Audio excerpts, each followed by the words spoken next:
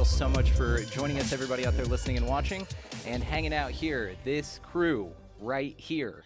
So what we're doing this evening is called the Co-Collective Creative, and that is just something ripped straight out of the pages of a Neale Donald Walsch book, and it's something I'm a big fan of, that context. And so here we are.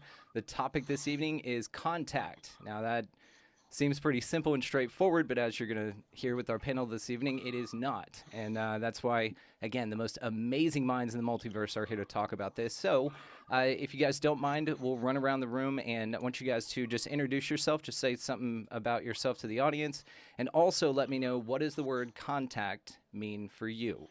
So if you don't mind, we will start with Denise Stoner. Denise, it's so good to see you. How are you?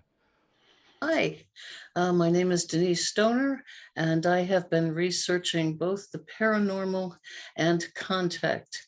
And what does that mean to me? That means that I have met up with both spiritual beings and entities from other places. I don't always know or can say where they're from, but that's what I think of it. Very cool. And wonderful book that you did write with Kathleen Martin, and very cool, guys. All the ways to find everyone, by the way, is going to be linked down in the show notes. So for sure, we're going to make sure that everybody knows how to find you after this as well. And on that note, we'll just segue right into Kathleen Martin. Good to see you. Hello, great to be with you this evening. And a little bit about my background. It's in social work, education, social science. Have bachelor's degree and master's. I couldn't finish the master's because of illness, but got pretty far along on that. I'm the niece of Betty and Barney Hill, and I have, my gosh, since 1961 been aware of the presence of UFOs, and then a little while after that, contact. I've been working pretty much full time in this field for 32 years. I've written 6 books, 1 with Denise and 3 with Stanton Friedman. And now I'm a speaker, an author, and on-camera expert. And that's about it. What does contact mean to me? Yes, ma'am. Gosh, well, it could have many meanings. When I think of contact, I think of, in terms of extraterrestrials, contact with non-humans, contact with an advanced civilization from another world.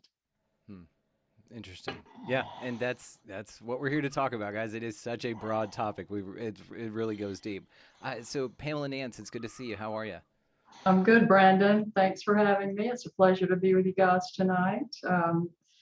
So for me, my experiences range from paranormal to extraterrestrial, and they began as a young child around the age of 4. And have continued throughout my life with an out-of-body experience, a near-death experience, seeing craft in the sky, and actually having several encounters with off-planet beings. And so having experienced all of this high strangeness for basically my entire life, it put me on a path of exploration into the study of consciousness and various forms through paranormal contact, extraterrestrial contact, but also gave me a real desire to learn about history and the origins of humankind. And so I obtained a master's degree in anthropology and archaeology, and minor degrees in sociology and religion, and just trying to understand from a scholastic viewpoint what happened in our distant past, and just in an effort also to gain an understanding of the archaeological record and how we fit as humans into the history of our planet. And I also had a 30-year career at a leading medical university in clinical trial research in areas of public health and biostatistical sciences. So that gave me a really good research background to pursue my interest in consciousness. And I guess for me, contact would entail the flow of consciousness, how it's come to me and through me through various experiences, not just one experience or one genre, but across genres or disciplines or however you want to term it. So Yeah, it's pretty much a lifelong pursuit. it's fascinating. And you guys definitely check out her website. It's going to be linked in the show description. It has some of the most incredible research that you're missing time where your voices overlap. I'm not going to ruin it, but it's fascinating. So let's keep it going here with Dr. Irena Scott. Just had Philip Mansell on when we were talking about his new book, UFO Landings UK. Flying Disc Press, you're in that family, as well as Ryan there. And so we were talking about the Beyond Pascagoula and how there's so much more to that case. And so it was really interesting. And so it's great to see you. How are you? Thank you for having me. Yes, Pascagoula is interesting. It happened in 1973, and due to his effort and a lot of others, we're finding a vast amount of information about it still. And so it's pretty amazing. You can go back in history and get it. My name's Irena Scott, and as I said, thank you for having me. And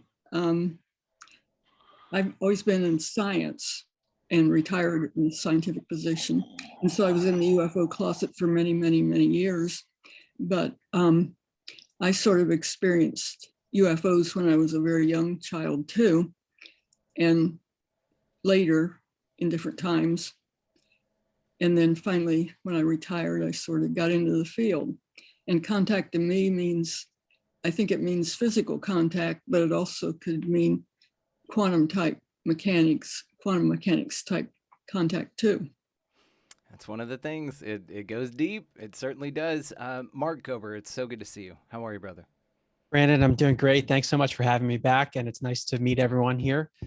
My background is in business. I used to work in investment banking in New York and then spent nearly a decade in Silicon Valley advising tech companies. So very different than the world of contact. But about 6 years ago, I had what I might call an intellectual awakening. I came across research related to the science of consciousness. And I went from a total nihilist to realizing there's more to life. So I've been on a nearly 6-year journey since then. In short, and have written 4 books, the 4th of which is coming out this month, called An End to Upside Down Contact, which is going to be talking about, Brandon's got the other books up. I have the other ones there. But it looks at human contact with other intelligences.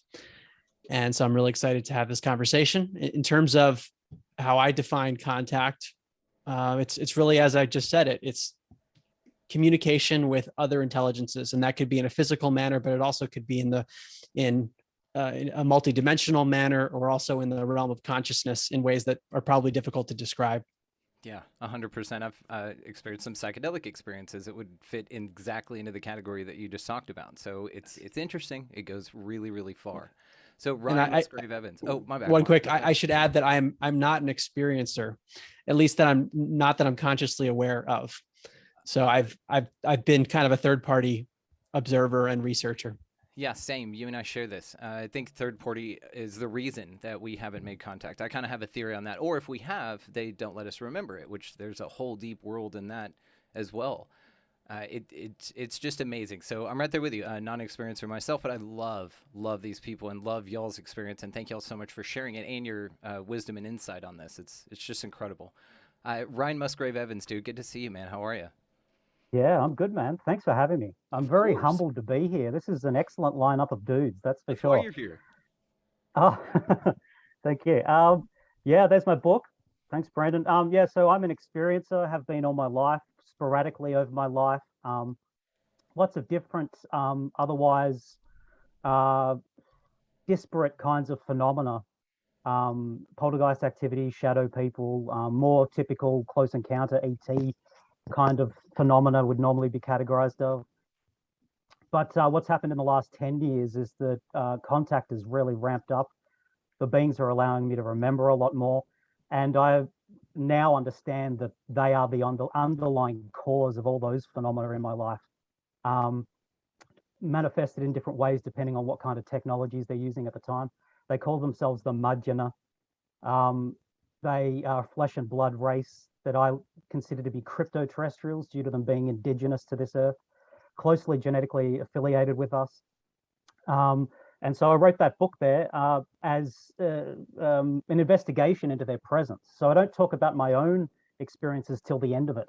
I try to remain as objective as possible and go through, inspired by Jacques Vallée and also Mac Tonnies, seek examples of cases of the beings that I know so well throughout folklore and superstitions in older times, all the way up to modern times, and the modern cases of Charles Hall and Chris Bledsoe and myself and Carly Cale, Peter Curry in Australia, and try to demonstrate by building a profile that I call the CT profile, that these are largely one race of beings that are interacting with different people that I list through the book. But yeah, I'm just really happy to be here. I'm writing another book now that'll be published early next year. I am a Philip Mantle goblin, along with Irene.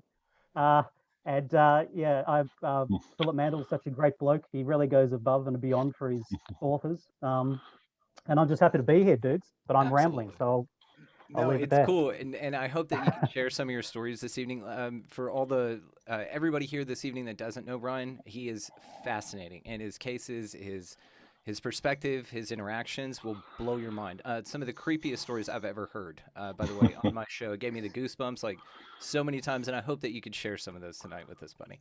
And lastly, but of course not leastly, Jim Penniston. Jim, how are you, dude? I'm doing great. Well, my name's Jim Penniston. Up here, United States Air Force retired. And I am one of the few people, I think the only one on this panel that conducted an Air Force investigation of a craft unknown origin. So, and you don't care about my academics. You don't care about my books. I don't care about them either. Let's get into the conversation, okay? Well, what's contact to you, and then we'll move into it. Contact is communications. I go along with Mark, actually. Exactly what Mark is saying. Okay. Yeah, same here, by the way. Well, perfect. So let's talk about the different types of contact then. We've obviously got a few different varieties here. So we're talking about contact of the third kind. So this is usually in Hynek scales, and more were added to this, of course, but in his 1972 book, this is what he delineated. So we're just kind of wrap on this for just a little bit. So the third kind is about 500 feet out, so you can make out details and things like that. Anything beyond that, even normal people would say an airplane, if it doesn't have lights or if it's not in the right way, it's easy to get confused. Anything 500 feet in is kind of the standard on this, which that's just what it is. So let's talk about those cases. So that is still considered contact. The CE5 groups that go out and they will or meditate in UFOs, and they can see things, but none that we have heard of had landed. And so this has all been third kind or a little bit further than that, because they do things with lasers and all that kind of stuff. So what do you guys think is going on with the CE5 groups? Are they contacting UFOs? And why don't they come any closer in y'all's opinion? Mark, have you looked at this at all? I've heard about it a bit. And as you're talking, Brandon, I'm thinking about contact, not just from the UFO perspective, even though that's part of it, but also from just the realm of consciousness. So like a near-death experience, for example, people encounter other beings, and there's a big spectrum. Often they're benevolent, like beings of light or deceased relatives, but in a small percentage, they encounter demonic beings. So that's a bit different than what you're describing of trying to like summon in a craft effectively, which I have heard about as well. But I see it as a spectrum of essentially types of beings, probably different species that interact in different ways. That's what's so interesting is the variety, right? And how it's changed over time. So Pam, what do you think about the CE5 groups? And because they say that they make mental telepathy kind of contact with these UFOs, and that's how they're able to bring them in. Stephen Greer's work of vectoring in, and you basically are remote viewing a UFO that then comes in, and that sounds a ton like what Mark's talking about consciousness. What are your thoughts on it? Right. I have experienced some of that firsthand, and It happened in a group setting, and we were all very intent in our thoughts and focus on communicating with whatever was out there, trying to call in orbs or light beings. And I find my experience showed me was that in this group setting with enough intention and focus, something happens. I don't know if, it's almost like magic. If this energy that's out there, that's all around us, that maybe remains unseen for most of the time, if we target our consciousness and our intention towards this energy, does that give it the energy to manifest? Is it a two-way street? Are we feeding it, or is it feeding us, or is it a combination of both? Energy coming and going. It's almost mediumistic in a way, this focused intention. So I know that there are people who are very successful in manifesting these objects. So I'd like to, see more reports and read more firsthand information. I just know what I've experienced and a few YouTube videos that I've watched. And Chris Bledsoe has sent me numerous clips, that he's been able to sort of call in on his property. That's so funny you mentioned Chris. We met on a panel show the other evening, and now we're in communication. I'm going to have him over, so it's so interesting that you said that. And it is interesting also, this tie to consciousness, because this is one of the interesting things, right?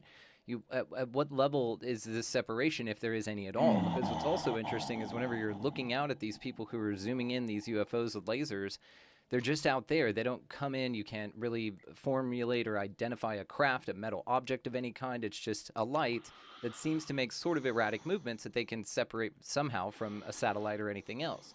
So it could be anything, right? It could be a sprite. It could be, some sort of non-physical orb or something connected to consciousness that they seem to be connecting with. I was just curious about why no one has brought down a physical craft, which makes me think that they're not connecting with physical craft. They're doing... It's something else, maybe saying that it is, but staying out of view so that you just have to kind of take its word for it, if that makes sense. This is kind of the gray area of this stuff. So, Dr. Scott, have you ever been a part of a CE5 group? No. No? Do you want to go? I know somebody down the road. He's got a big bunch of lasers, and we'll just go shine them in the sky and hang out. I don't know. All right. It's an open invite, okay? But what are your thoughts on it? Have you heard of people doing this, connecting with UFOs mentally? And I know a guy named Peter Whitley. He's the international director of MUFON in Japan, and he astral travels onto UFOs, and it's fascinating. So what are your thoughts on that, the contact that we can mentally have with these things allegedly floating around up there? Well, I think it's probably mental, and I don't know anything about whether it's really UFOs or something else. But I think it's something that can put images in your mind, but you may not be able to see them, or they put the images of whatever they want you to see. And so they may be showing you all kinds of aliens and spaceships and everything else, but they may not be real.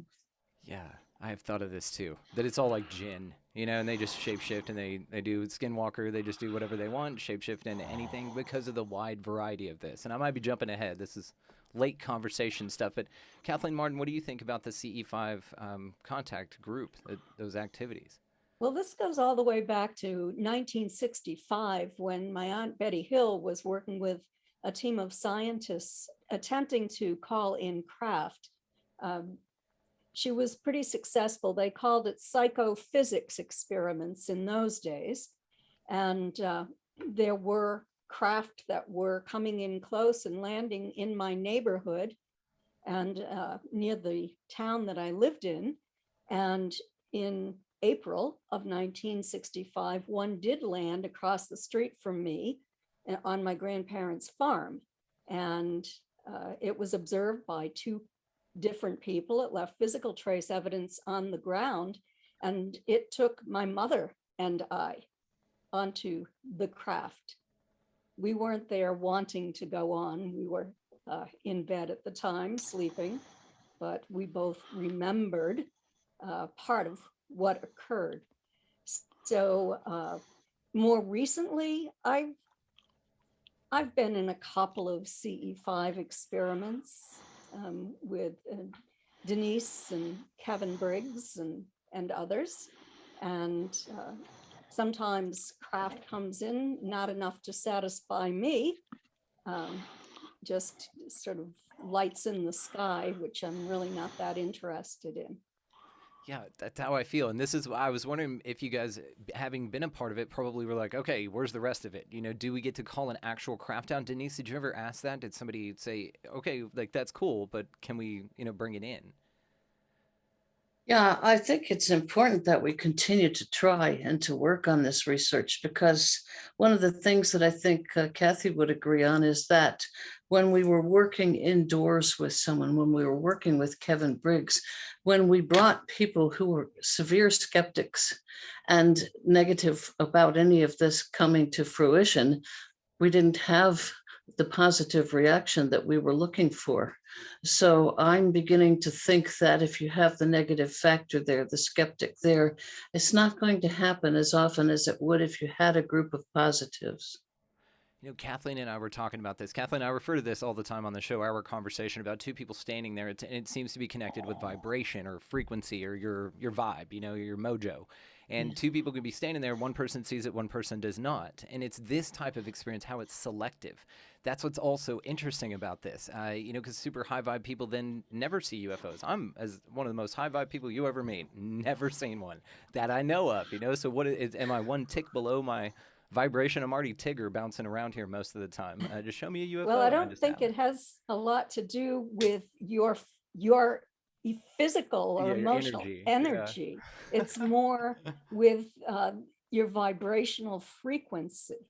Right. And the ETs say that if you can raise your vibrational frequency high enough, then you will be closer to their dimension. So they say that those of us who have had our frequency elevated are able to observe things, see things that people of lower vibrational frequencies cannot see. It's very interesting how this all works. Jim Penniston, you must have been just flying high vibe more than ever, because you have one of the craziest contact stories ever. Yeah, this is a really strange subject. Okay, this whole thing about what you're talking about the C5. Okay, but it ties into. I hate to bring this up about a meeting I had with the CIA and a CIA analyst, and actually it ties into what Irene was saying. And it is actually, it's part of, according to them, this is not me talking, okay? First of all, I don't think C5 groups can bring nothing in, okay?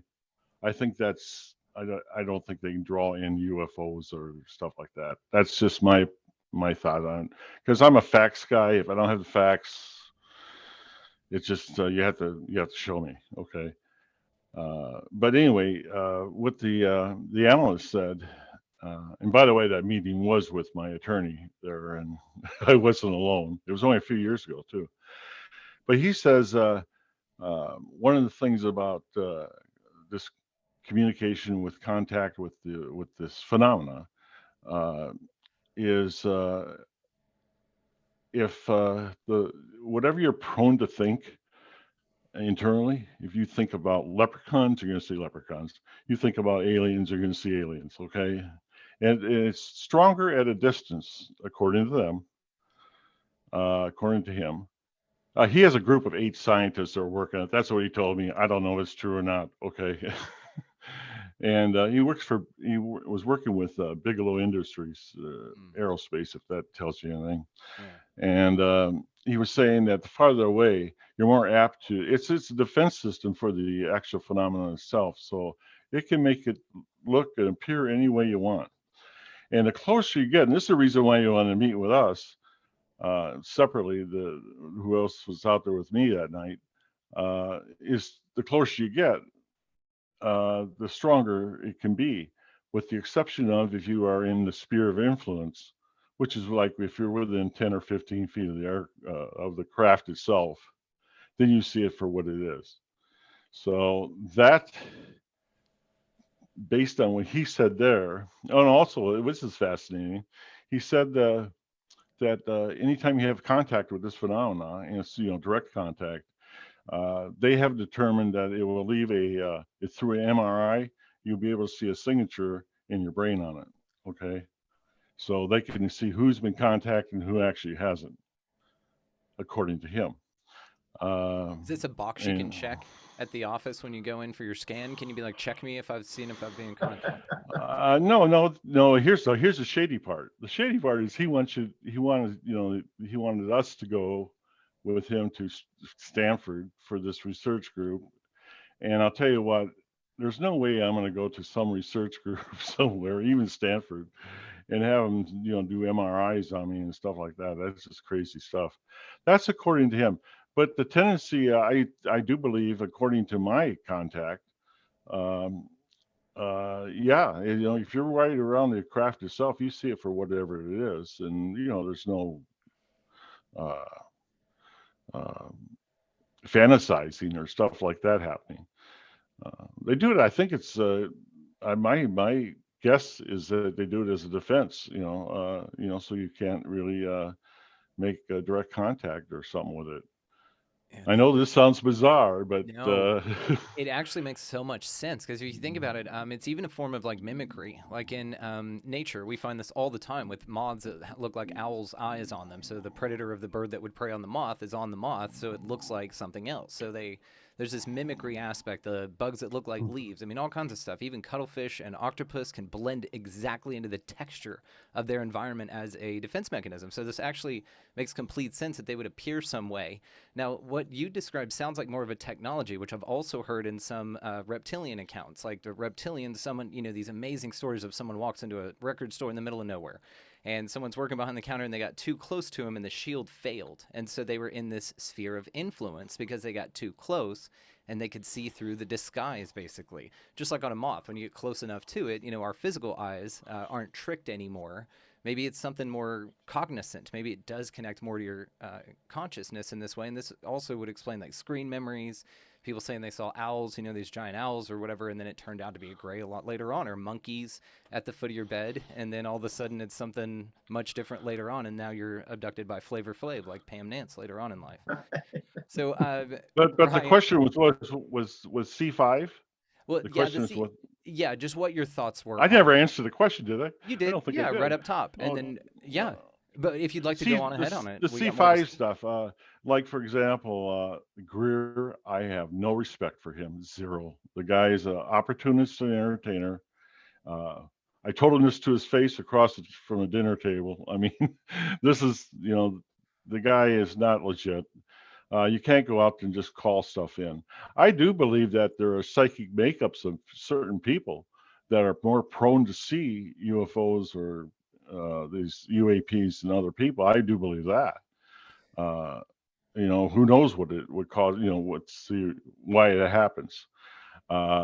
Denise was talking about if you have a non-believer there.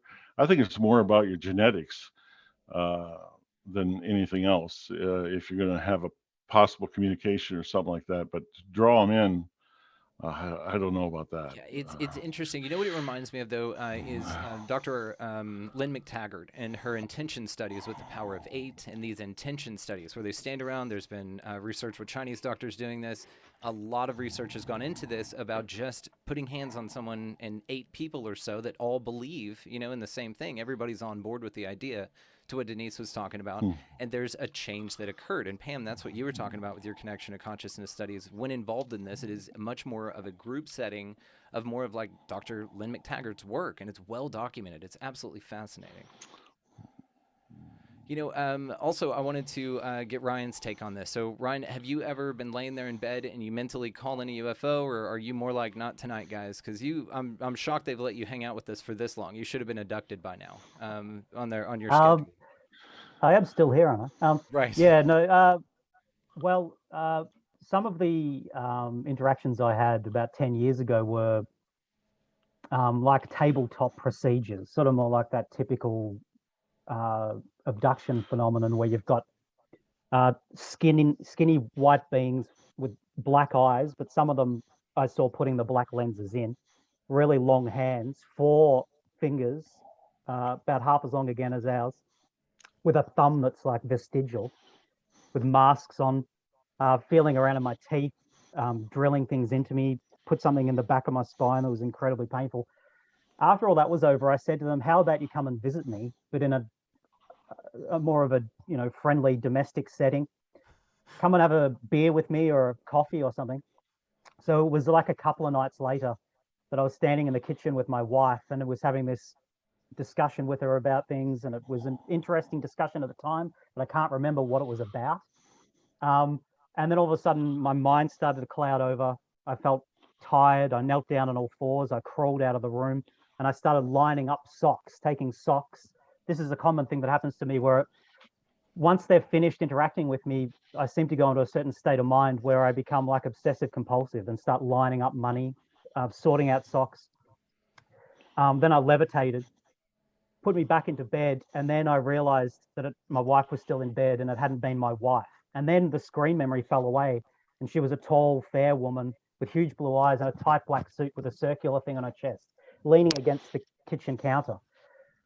And then I started to get afraid, and she said to me, I roll my eyes at you, meaning like as a rebuke, because I should know not to be that afraid. And then she left, and that was as an invitation. And then she opened the door, and I heard her walking out down the steps. And then another time, a CE5-like event. I've never done it with people in a circle or anything like that, but another one was my daughter and I saw a triangular craft when we were looking at the sky, and I'd been looking up into the sky wanting something like this to happen during the day, with purple and pink hues. Triangular craft wandered across the sky and was performing these maneuvers and zipping back and forth, shot out from about the size of my thumbnail to like a pinprick in the sky and back again, wandered around over the top of our house and then left. And the craft could have been anywhere the size from a small prop-driven plane to the length of a football ground, and I wouldn't be sure depending on how far away it was. I'm not quite sure how far away it was, but certainly they have technologies which I've seen they wear in their helmets. So these particular beings, the Mudgeonah tall, fair beings, are no more psychic than we are naturally. They rely on technologies, robust technologies, to do lots of different things, to cloak, to become intangible so that their bodies can accommodate other foreign objects so they can walk through walls. They live under our oceans and in our mountains and things like that. They travel around and follow the warmth. And so sometimes habitations will be empty and sometimes not, etc. But they communicate by sometimes abstract ideas, intrusive into your thoughts, sometimes visual images, but it's also sometimes linguistic. So you'll get a silent voice right in the center of your mind, but sometimes obviously masculine, sometimes obviously feminine, or sometimes neither, just sort of neutral. The information will be expressed in a language that you speak, but it will be expressed much faster than a person could actually articulate. So it's like a packet of information, and it hits almost like a thump. And sometimes if they're quite close, when I do it, my ears pop. Now, they can then use this to get into your mind, understand your thoughts, understand your belief system, and conform to ideas you already have about the paranormal so as to hide from you, so as to not alarm you significantly. Sometimes they'll pretend to look like a neighbor, or in that instance I mentioned before, my wife, or sometimes even a person that you've known, that you trusted, that's no longer alive, which is particularly concerning afterwards and then you'll think it's a ghost or something like that. But yes, for sure, they can, and they said to me, we apologize for the mesmerization. We apologize for the memory alteration. So these are the words in English they're using in particular. So they're the words I use in my books. But for sure, they use your own vocabulary of ideas and they have been doing it with us for millennia, to conform to preconceived understandings about the way the world works and what they might be, and then they'll be covert like that. Yeah. They've So been doing e- it forever and a day. So ideally, even what they show you after they say, "Okay, no, this is the real us," that could even be a screen memory in itself, and they could be some horrible squid monster or something, really, right? But they're just like, they're not ready for that yet. Let's give them the almond-shaped eyes thing. Yeah, we'll tint our. Well, yeah, maybe. Yeah, I'd like. I mean, yeah, I'm 99.9% sure, without being 100% sure, that I actually know what they look like. But having said that, there's always a possibility I'm wrong too. Yeah, it's Uh, like a screen on a screen. It's interesting. It's just so fascinating. And thank you. You have the most incredible stories, and I'll ask you if you don't mind in a minute to tell us all the creepy one, the one that gives me the chills every time. Uh, Denise, what if you don't mind, would you share your contact story with us? Well, it's occurred since age 2.5, and all the way up to just a few years ago. And then I would say that I was visited rather than taken or escorted aboard a craft. I've seen several different types of crafts. Some I had help with hypnosis to just fill in the blanks, some things that I knew consciously, and I was missing a little piece of tape in between. So I've been escorted by a gray with the great big eyes. He was a small figure when I was a child, and I have recently noted that he has aged. And I never thought that they would age. I've never seen it written, but I can see it in his face. And the other was a mantis entity who was a scientist, and he was working on anything and all things science and medical. He did a medical procedure. He just did what he was supposed to do and didn't react one way or the other. He just went about his business. I've seen a reptilian twice, and I didn't ever care to see one again. So the main two are the mantis and my gray. I call him my escort.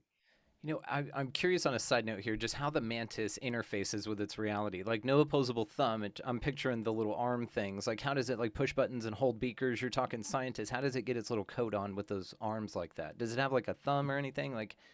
This is a genuine question. I know it sounds silly. I'm actually just curious about the logistics. Oh, the one I saw did not have a coat on, Okay, fair enough. and was manipulating large type instruments, managed to get them where they had to go. I had a needle put in my navel. I had other practices done. And the only expression or emotion that I saw in his face was when I screamed and I yelled and I said, "Stop it." And I said I was in pain. And he leaned right close to my face and looked as if, "What's the matter with, why are you doing that?" He wasn't sure what this reaction was all about. And so that's basically what I saw. I mean, he had an odd stance. His legs were kind of almost in an M shape. He was very, very strong, but you wouldn't know it just looking at him. He looked very slender, like a mantis. But he could, I think, leap across a room without any effort whatsoever. We've got a few out on the ranch. They're this big and they can jump, forever. So I can imagine you scale that up to something our size or a little bit bigger. That'd be terrifying. That's very interesting. And another question I just wanted to ask you on this was the transition from doorway to UFO. Do you mind telling us that? This is fascinating, guys. Oh, well, you mean how I got from my bedroom once when I was 2.5 and I first met this entity. He came through my wallpaper, and my wallpaper was all nursery rhyme characters. So I had been looking out the window and saw a craft. My grandfather had the fear on his face when I said, "What's Humpty Dumpty doing up in the sky?" That's who I thought it was. And he put me to bed, and I was looking for Humpty Dumpty in my wallpaper, the nursery rhyme, when this little character came out. He was wearing a hood, long bell-shaped sleeves. I couldn't see one hand, but the other one was carrying some sort of instrument with a light on the end or tool.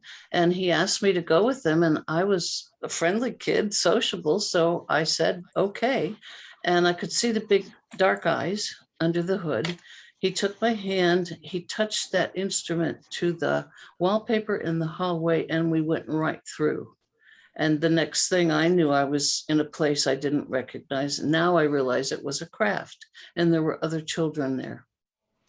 And that's what's so fascinating is on the other side of a wall where there should have been a room, you instead stepped into a craft. So it replaced an environment, which is wild to me. So you mentally just stepped into a place that shouldn't have been there. It's like opening a door to your closet and it being Narnia behind it. It doesn't, make sense. It's cognitively for us, we have a real tough time even wrapping our minds around this, let alone that Humpty Dumpty came out and hung out with you for a little bit, which is super cool.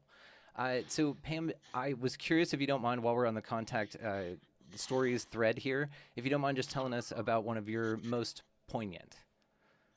I like your Flavor Flav story, but it's just yeah. The Flavor Flav. Well, I had an experience as a 10-year-old. I was in my room one night preparing to go to sleep and just felt a presence beside the bed and saw two humanoid beings standing there, very, very human, except for their eyes. Their eyes were very large and dark. But other than that, they had human hair that was sort of lightish brown. They were dressed in black bodysuits, black turtleneck, black pants, a male and a female.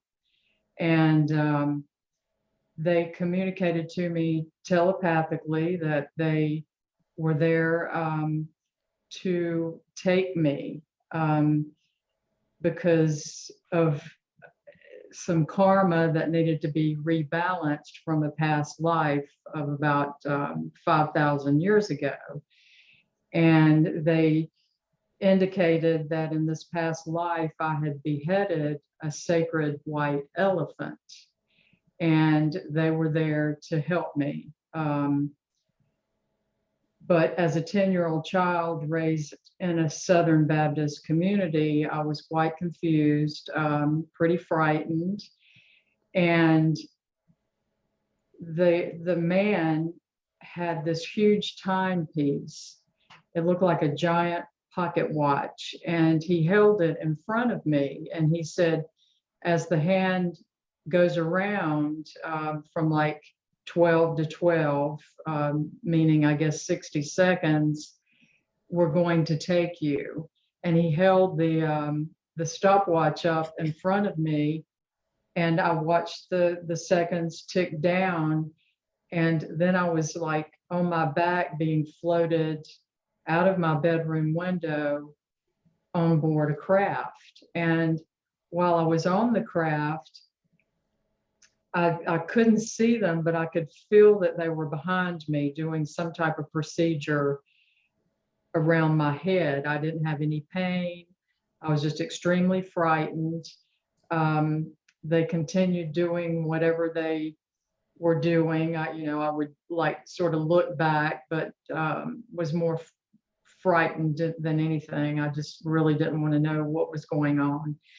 And the next memory I had, I was back in my bed, and I became very confused. They had relayed this story to me that I had beheaded this sacred white elephant, and they were there to take me, and they had done some procedure to me on the craft.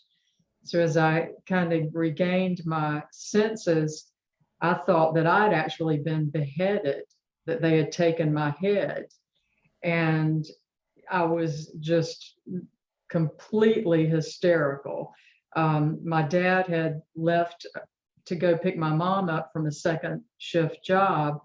My younger brother was asleep, and my oldest sister was in the kitchen doing her homework. And I remember going to her just completely hysterical, thinking I'd been beheaded. And of course I'm talking and I'm crying, and she's like, you've got your head, what's wrong with you? But no one could console me and convince me otherwise. And what had happened to me was very real, but confusing. But what was interesting, maybe the next day or a couple of days later, I developed a really intense rash from the neck up, covering my entire face.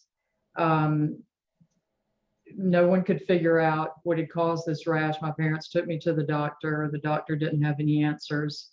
I was given some cream, and I ended up being out of school for a week or two because I looked pretty monstrous.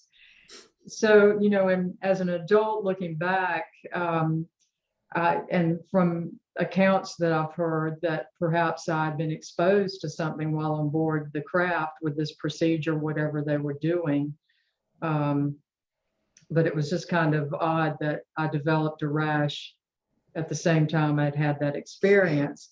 But that really, was quite traumatic until I became a little bit older and started exploring as a teenager,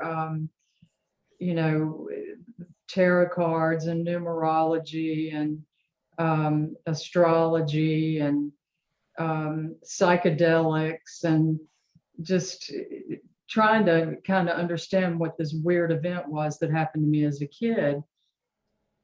And not only that event, but numerous other things as a child, paranormal, craft sightings, one event with my entire family. And it was just, a catalyst that put me on this lifetime of exploration and discovery as to what happened to me that night. It was very strange. It's very strange. Thank you again for telling us. And I'm just thinking with the countdown thing, that's so interesting to me. I've gone under anesthesia twice, and the anesthesiologist is always, super witty and says, all right, count down from 10. And I get to maybe 2, and then you're out, right? And so it seems like this. It seems like there's some sort of time that needs to occur for you to be in a state to where they can transport you. It's just kind of what it sounds like whenever I hear something like that. It's just very, very interesting. Now, Kathleen, your family's contact experience put this on everyone's mind back in '61. So what was your contact experience like with your mother? Do you mind sharing that with us? I was terrified. I was lying down on a table of sorts, and there were entities around me doing something. And I only know that because I opened my eyes and I had the memory of that, but it was years before I could actually break through that trauma and see what their faces looked like. And, it was just the Greys, the same as took my aunt and uncle. And, I assume that it's just multi-generational in my family. They told me, communicated telepathically to me, time and time again, as they took me periodically over my lifetime, that they were extraordinarily concerned about environmental toxins in my body. They had taken tissue samples to measure that. I did not know it at the time when I was 17 and taken, that there was a barrel plant that they cleaned out barrels. The chemicals in the barrels ended up leaching into the stream that went into the lake, that went into the groundwater around me. It became a disaster area, a major Superfund site. So I can understand now why they were concerned about toxins. I was also about 20 miles from a nuclear base. And I don't know if the concern was about me, if it was about humans, or if it was about the ova that they were extracting to create whatever they were doing. So I can't say for certain. I was terrified for many years that it had a huge impact on my life. One time when I was returned, I was burned on my face and my back. I lost hair. I lost weight. I was very ill for a period of time. The doctor told me that there were people occasionally that he would see who would have these kinds of symptoms, and the doctors discussed it, but they didn't know what caused those symptoms. And finally, through sheer force of will, I decided I was going to break through the terror that I was living with, and this negative attitude toward what was occurring. And it was through hypnosis, self-hypnosis, and having a rapid induction keywords that I could say to myself. And I am a quantum healing hypnosis practitioner, and I was also trained as a hypnotherapist. So I trained myself to overcome the fight or flight response and to project love in their direction rather than this terror. And when I did that, they started to communicate with me. And I was very pleased about that. And they told me, for example, telepathically that they love me. I don't know if they really do, but it certainly felt good. And I believe it. It helped me to heal, that I am family. That's another thing that they said. So I felt a lot more comfortable with them then. I haven't seen that group, I don't think, since I started to work with Kevin Briggs in 2016 with his Council of Eight. And I was healed by ETs of that illness that I had eventually, but Paul Hamden, from a man from Australia who was an experiencer and a medium, helped me with that. They came and they healed me. And Kevin Briggs' group has given me evidence. I can feel their presence. It's a very strong tingling sensation in my body. I used to have that very strong tingling sensation when I was on craft with the Greys too. And I'm not certain what it is, if it's the electromagnetic energy, or there was always something about raising my vibration, that message I would be given.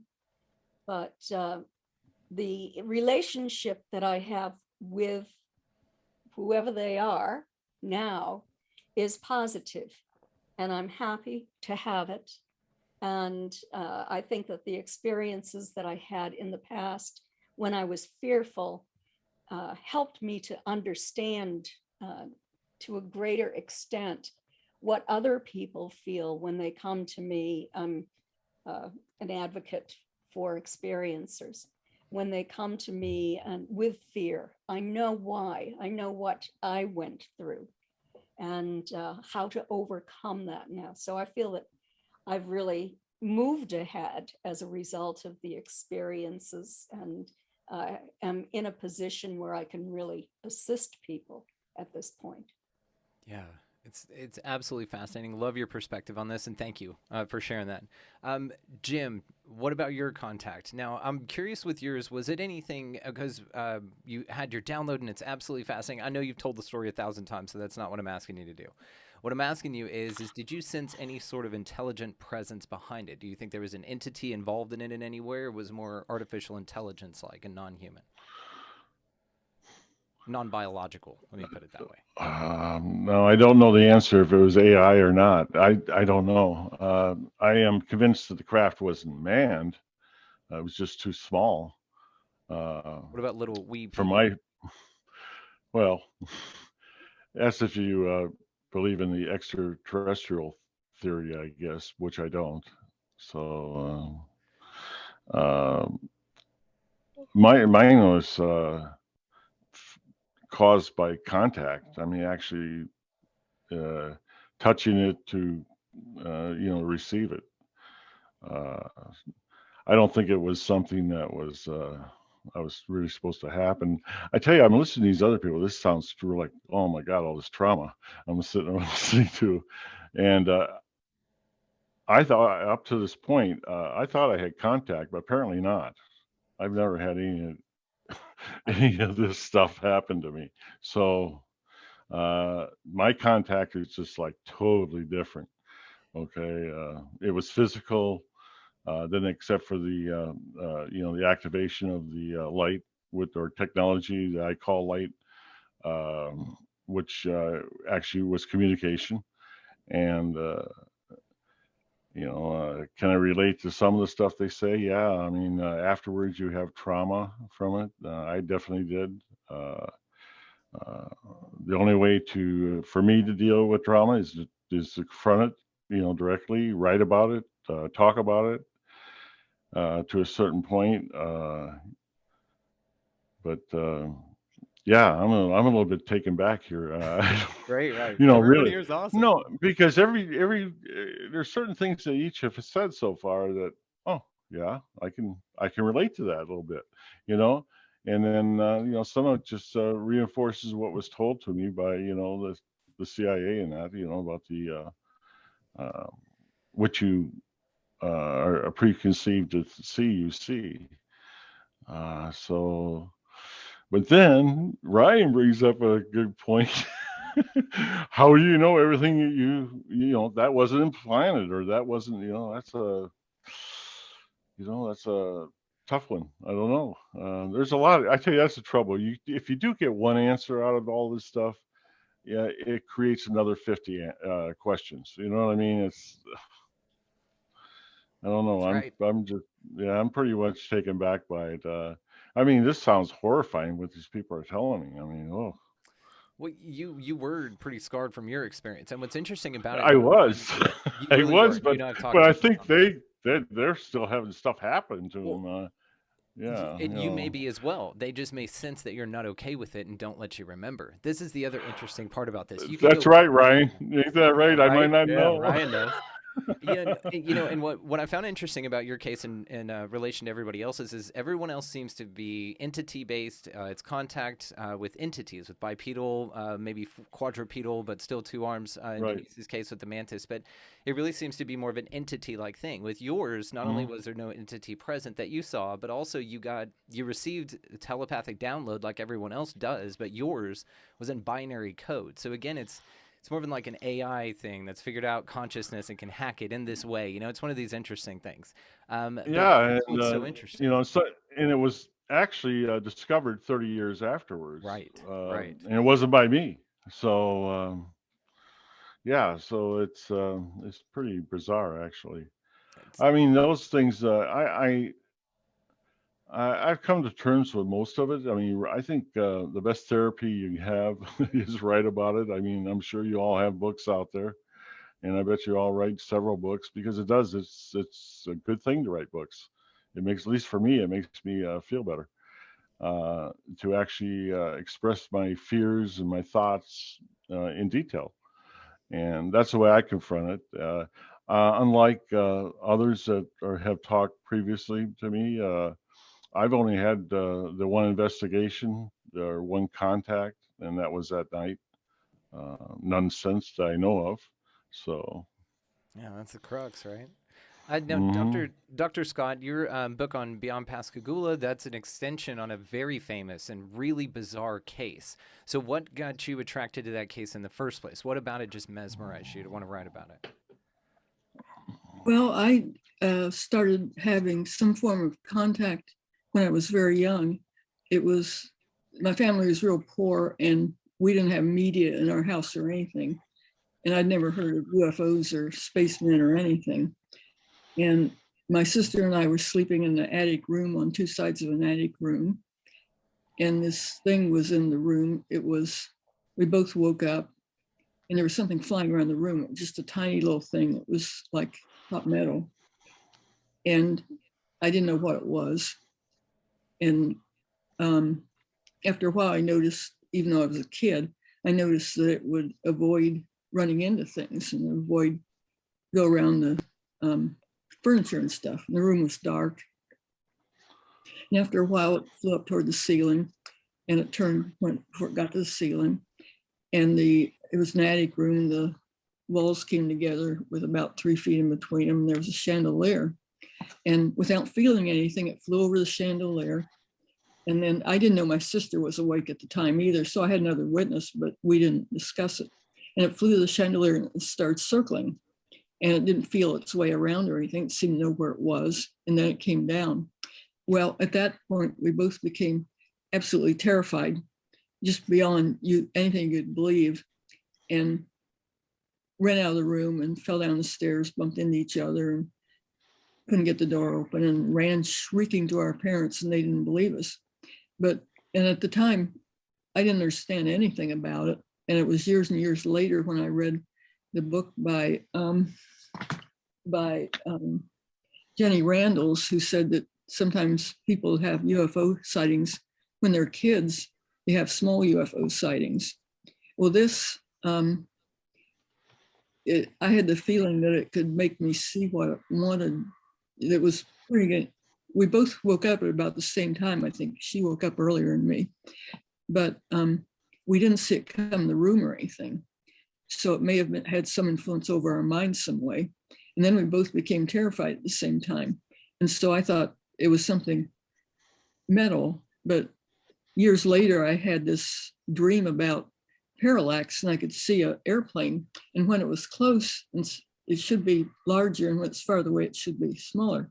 In this case, when it was farther away, it was bigger. So I thought this is just the opposite of parallax. And so I just thought that this was an image that both of us were seeing, which seemed kind of funny. But we'd never heard of UFOs or anything, and I don't have any idea what it was, but I thought there was something, contact and something like mind control going on. It is interesting, and I love that you brought up the kids getting kid UFOs. I'm reminded of the Kara event in Japan in the 70s. Have you guys ever heard of this with the it looked like a hat, like a small hat, and these boys found it in the field, and they flipped it over, and they could see there's like 30 pressed holes in the bottom of it, and it's got a little star pattern on it. It's a fascinating case. And so the boys took it home. One of them put it in their backpack, and they took it to school, and they looked inside the backpack, and it was gone. And then they found it again, allegedly, and then they put it in like a cage, like a Faraday cage, and then carried it around for a little bit, and then it started vibrating or something, and then they opened it, and it vanished. So there's these interesting cases, but it was a wee little UFO, it was like a toy. And so that's how it appeared to them. But it still displayed these miraculous properties that we just can't physically wrap our mind around with the physics understanding that we have today, which is what's so fascinating about this. I mean, of all the things that are so fascinating. So Mark, I want to get your take on this, buddy. You and I have not been experienced yet, but I am going to request that if we are ever abducted, they do it to both of us at the same time, and I'll come pick you up, okay? And then we'll zoom around. All right, deal. Well, as I'm hearing these amazing stories, first of all, they resonate based on the research I've done. I've heard many things like what I'm hearing, as remarkable as they sound.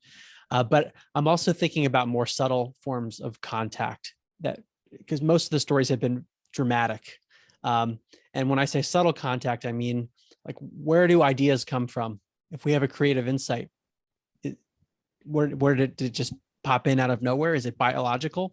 And a lot of my earlier work, especially my first book, and Upside Down Thinking, is all about the idea that the brain doesn't produce consciousness, but that the brain is more like an antenna, receiver, transmitter, filter, processing mechanism of a consciousness that's beyond the body. So what I'm wondering, and there's a great new book out called The Science of Channeling by Helene Wabe, who's the director of research at the Institute of Noetic Sciences. And she talks about this idea that we're all channeling, we're all getting this information all the time, but it can be in a subtle manner. In some cases, it's very dramatic and the person, speaks in a different tone. But in other cases, we're just getting information and we don't perceive it as something external. But when we deconstruct it, maybe these ideas are coming from other forms of intelligence. And I wonder in my own life, I was on a completely different life track, and now I'm writing books about aliens and life after death. How do those ideas come in, for example? So it's just food for thought for all of us in terms of what's guiding our lives. It's so wild, and it's great that you pointed this out. Tesla even talked about this, that he was a receiver for information, not the one creating it. And it is interesting when you think about ideas. As a musician, I've talked to several musicians that I've written music that I swear was not me. Something came in, and one of my favorite songs I've ever written, I feel like I can't take credit for it because it's so awesome, but it's unlike anything else. But it just flooded in, and it just appeared there. And a lot of musicians talk about this, the idea of the muse and this channeling of information, how it relates to ETs. I've heard, these stories about the Greys calling us, the human beings here that they interact with, vessels. And so Peter Whitley also should have had him on tonight, actually. Now that I think about it, I'm just talking about him the whole time. Peter Whitley also, that Astral Travels to UFOs, has talked about when he was on a UFO, a gray was showing him something sort of like a science experiment like Denise was talking about. And there was a blue swirling liquid in something. And he said, oh, that's your soul. You guys are just vessels. And so to this idea, it's like we're avatars, you know, and our consciousness kind of zoomed into this body and it's being controlled or something somewhere else. And it lends to this idea. What do you guys think about this, that the Greys call us vessels? Pam, have you thought about this at all or heard this? I haven't really thought or heard about it as far as coming from the Greys, but I do hold Michael Newton's writings pretty close to my chest. I don't know if you guys are familiar with his work, but he was a psychologist for about 40 years that he worked with folks to help with weight loss and smoking. But over time, yep. Over time, other information started to come through, and he realized that he was tapping into a part of the patient's consciousness that was still connected to this life between lives. And so basically what he said is that as energy beings, we cannot bring all of our energy into this life, all of our ability to have a full awareness and connect to our like total consciousness. We just can't do it. We're too dense. We're too heavy in this gravity laden environment. We can only bring a small portion. So we leave part of ourselves or the most of ourselves on this other side. And perhaps that's what we're connected to, is that piece of consciousness that we've heard referred to as the higher self, or, you know, the golden cord that connects us to our higher self that has been written about for, you know, ages. So I think that there is a connection to this other realm, this other side. But I'm not that well versed on what people are getting from the Greys as far as you know, them holding our souls. Yeah, and this is why they can manipulate and all this kind of stuff, is they kind of know something we don't, you know. And to what you said about us being, you know, in my mind as you were describing this, I'm thinking of those mini submarines, you know, that they send down to the Marianas Trench, or these, you know, things that go into really hostile places, you know, around these thermal vents under the ocean or something where we can't go, but we want to see what's going on. So we create machines to go do it for us, or interact with a hostile environment or environment not conducive to our survival. And so it's almost like our consciousness is there. It's, from anyone's point of view, a little crab running around on that thing, it's intelligently controlled, but it's by us. So we have this kind of as above, so below sort of model to look at this. And I just find it interesting that now we're the drones. You know, that just blows my mind, you know, if that's, you know, something to ponder. It just seems so interesting to me. So Denise, what do you think? Are we like just vessels? Is this just a game, and me and you are at some sleepover in the other side, and we're just all playing this, you know, game on, you know? I don't think it's a game, and I'm well familiar with what Pam was talking about, and I've read all those books, and I felt drawn into what I feel comfortable with when I read those. But as far as the souls, I had an experience that I can't explain. On a craft where there were many people and several different types of entities, and they were asking us to do a project of theirs that they weren't even comfortable with. And I was given a black box that had no seams. It had nothing in the way of an entry that I could see. It didn't weigh very much. I felt emotional when they gave it to me. Some people were trying to run away from the situation. There were two different aisles in this huge craft. It had a balcony, And I was taken from here in Florida. And when the balcony opened, I thought I was going to fall. Something held me. I even recognized a person that I know in my city now and verified it by asking him if he owned an outfit like he was wearing. And he said, "You'll never see it. I only wear that at home." Well, I did see it. But we were asked at a certain cue to drop the boxes off the balcony. I was looking down at granite cliffs and pine trees and little A-framed homes, and it was very cold. And when they gave the cue, I dropped the box, and it went halfway down towards this little A-frame and then just disappeared, dispersed in a kind of a sparkly situation. Was that the snow? I don't know, but the box disappeared.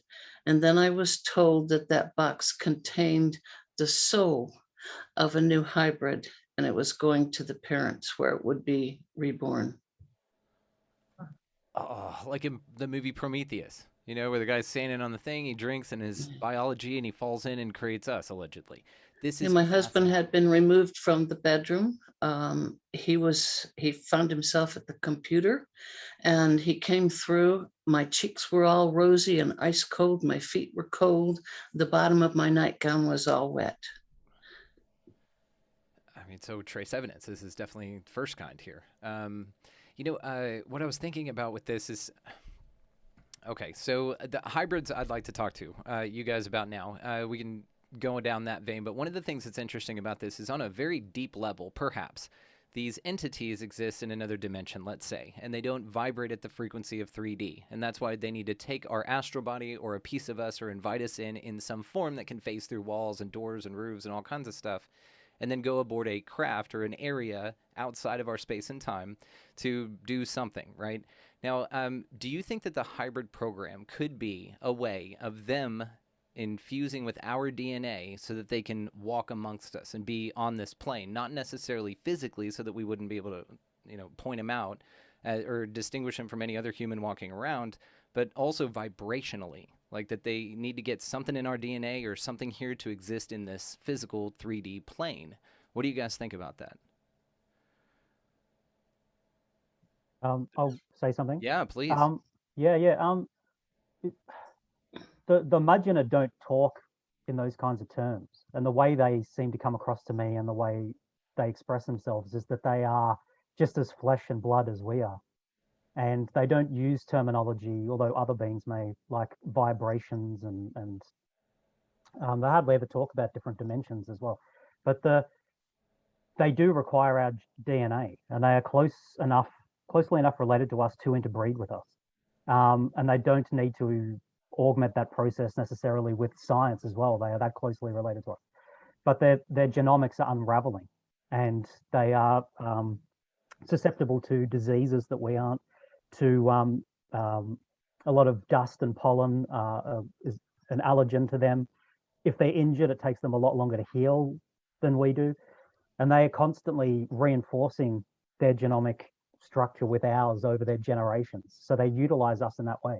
So in a certain way, we are free-range ancient humans to them, where they are, it's quite complicated, their association, their history, their real, their relationship with us genetically. But to make a long story short, they are a version of us that is in a much worse state. But they can't really work out a way to successfully, permanently fix that problem. So from time to time, they need access to us. And sometimes it's in the old-fashioned way where they actually copulate with us, and there's a famous case of Peter Curry in Sydney in 1992, the tall, fair woman he had an interaction with. And then again, Antonio Villas-Boas in Brazil in 1957 had an interaction like that. And this is the same race that I know, the fair, blue-eyed ones. And they're doing that not to try to walk and be more flesh and blood and somehow be more physical than us. They are the bone of our bone, the flesh of our flesh. And they've said that to me on a couple of occasions. We are you. We are the same as you. But they require our assistance and augmentation. They've been succubi and incubi all through the ages. In Gaelic mythology, they're called Llann Shi, the fairy lover. They'll come and interact with us in that way. And so So yeah, so that's I know in that kind of sense, these kinds of beings sound a bit boring in that sense that we're not talking here about non-physical, you know, super sensible realities and things like that. They have mentioned to me a place they call Agaling, the Black Star, which is a place beyond duality that they use to travel out through portals from here to there, a place that is neither this nor that. It's not actualized reality. It is all potential. It is all worlds at once in one, and no worlds, everything and nothing. And they use that to move. So that is interdimensionality, I suppose. And that's, you know, but their technologies are so advanced that the dichotomy between physicality and non-physicality kind of breaks down. Because if you're talking about being able to achieve that kind of thing through robust technologies, or shift your atomic structure to walk through solid walls, are you a spiritual being suddenly, or are you still a material being? I mean, that depends on how you want to define your terms, really. But yeah, so that's a boring answer from me, really. That the Mudgeonah don't claim to be so, you know, hyper or super physical or non-material in that way. Yeah, it's the Arthur C. Clarke quote, right? Any high advanced technology would be indistinguishable from magic. And so, yeah, I mean, Yeah. this cloaking technology, they're what they can do as far as, you know, we all know, you know, molecules just make up everything in this 99.99, you know, invisible space or empty space. So they figured out a way to kind of, you know, breach that. And that's just, you know, could be viewed as a technology. But if you took, you know, a lighter back to the Stone Age, you're a god. So it's just the perspective of it's very interesting, which kind of is why we, you know, put so much on them, why we hold them in such high regard. But also it's interesting that they're kind of dependent on us, even if we are some sort of resource or something. So now it speaks to sort of a symbiotic relationship, you know, and I don't know that I like our role in it, but I don't think that we have really clear definitions of that. So, Dr. Scott, what do you, go ahead. No, Ryan, please. I'll just quickly add, sorry, I don't see their relationship to us as parasitic. Yeah, it's symbiotic because they live here permanently. Our best interests are their best interests. Right. Our health and well-being as a separate species to them, from which they gather, you know, genomic data from time to time, is essential, you know. And so they care for us and they care for the planet and things like that, because otherwise, you know, it's an existential threat to them if they aren't tending the garden, so to speak. You know, this terrarium of Earth that is theirs in a way and not ours in a certain way. But anyway, sorry. Yep. Yeah, you'd want to, you know, grass-fed and free-ranged, and the, you know, happiest product makes the best animal, you know, or make the best resource, whatever they're getting out of us. Dr. Scott, what do you think is going on with the hybrid program, the alleged hybrid program? I don't know, because I've had dreams about like semiconductors where you can put a whole mass of information to a tiny little spot. And it seems to me like you could reduce a whole human to just a little bit of energy that you can translate into a human, or just have a little bit of energy. And so it seems to me like it'd be real easy for something more advanced to just reconstitute a person like we do, you know, making instant coffee or something. And so, you know, I don't know size and dimension and everything, whether that's important or whether there's just a certain amount of information that can take different forms. Yeah, it's fractal, you know, at a level. You know, you constantly zoom in, you think of the Mandelbrot sets and stuff like that. It's fascinating. That'll blow your mind. And again, back to the small people thing, the Nazca mummies, you know, these wee creatures that were found, allegedly, again. They're described exactly like how Ryan describes his entity. So it's really interesting with the vestigial thumb, with the long fingers, the 4 total. It's just the similarities are pretty cool. So Kathleen, what do you think about the hybridization program? Some of Ryan's statements resonated with me. From what I know in terms of the amount of research that I've done over 32 years, and also from my personal experiences that I speak of tonight, it is mutually beneficial. They have lost the ability to procreate in the manner in which they used to. They're attempting to upgrade their own race by using their master geneticists using our DNA to even gain some of the emotions that they had lost over time. And the reports that we receive now about people who have been on craft being taken by greys, oftentimes we hear that there were emotions expressed. There were facial signatures to indicate pleasure from the greys. So I think that that is probably part of their reason for doing what they're doing. One woman whose case I worked on, and this is only one, but it was very interesting to me. She was taken back in the 1950s. And they told her that they were taking people so that they could determine who would survive the environmental collapse of our planet. And I don't know what they were looking for, but that's a possibility. Another possibility is they're attempting to upgrade our DNA to move us ahead on an evolutionary scale, because they're extraordinarily concerned about our use of nuclear weapons. And they have said that they have seen the collapse of the ecosystem due to nuclear war on other planets, and they would not want that to happen here. So they're doing what they can to intervene. In terms of hybrids living on our planet, from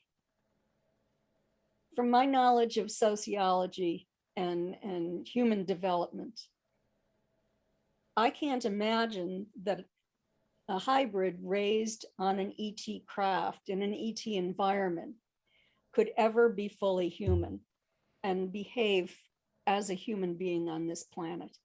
I mean, I could be wrong. People have said, but they're so intelligent. I don't think intelligence has anything to do with that. I think that it's more maybe emotional intelligence, but it's part of just being human. And in terms of being on craft, I wanted just to say, it seemed like I was as real as I am in this room right now. And they seemed as real. They seemed like I was interacting with other humans, only they didn't have a human appearance. So, Interesting. that's sort of my take on it. Yeah, and it's a great observation. It's a great point that you make. Denise, what are your thoughts? Oh, I'd have to agree, but I mean, I resonate with several people here tonight. I think we've all had our own experiences, and we're beginning to examine them and compare them, the commonalities among each other. Where does the truth lie? What are we willing to accept and take as our own? I have very strong feelings about mine from age 2.5 until just a couple of years ago. I was awake. I know what was going on. I know what my escort looked like in the beginning and looks like now.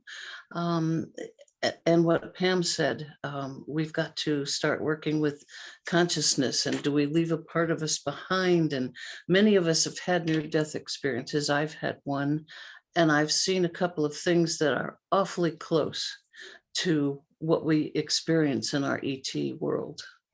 That is what is so interesting. The variety of ways that the human brain can get into this state and either raise vibration, if we want to put it that way, but either way, thin a veil of some sort. You kind of switch off a filter or something. Again, I'm thinking of meditation practices, absolutely the contact experience, near death, absolutely. Out-of-body experiences mimic this. Astral travel does the same thing. Psychedelic experiences from a variety of different types of psychedelics as well. You talk about the machine elves with the DMT. You talk about all sorts of things on psilocybin. LSD is a completely different thing, but these things mimic contact. You contact with intelligent beings. You're in a different world that feels very, very real. It perturbs your filter of this stable reality that you're in. but it's very familiar. It's something that you can absolutely swear, but when you come back, it's very hard to articulate. So on these levels, it seems that this can be accessed in a few different ways, but it's just so interesting, the variety of ways that this appears to everyone, as well as it seems the consistency. A question I've been asking contactees lately has been, have you ever been contacted by a different type of entity?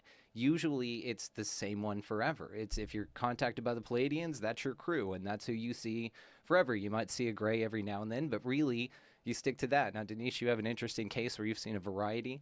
Ryan, you've had a very specific type of interaction. Same with Jim, same with Kathleen. So, and Dr. Scott as well. It seems that this thing just kind of has these preferences of how it presents itself to you. Now, this kind of changes as well. Like in Pam's case, it started as something different and evolved into these humanoid looking beings that were just standing there. So this variety of type of contact is what's so fascinating to me, and I know to a lot of y'all as well, is how it presents itself, and also how the human being is able to achieve this through a variety of different ways rather than just seeing a craft in the sky and now I'm on board it.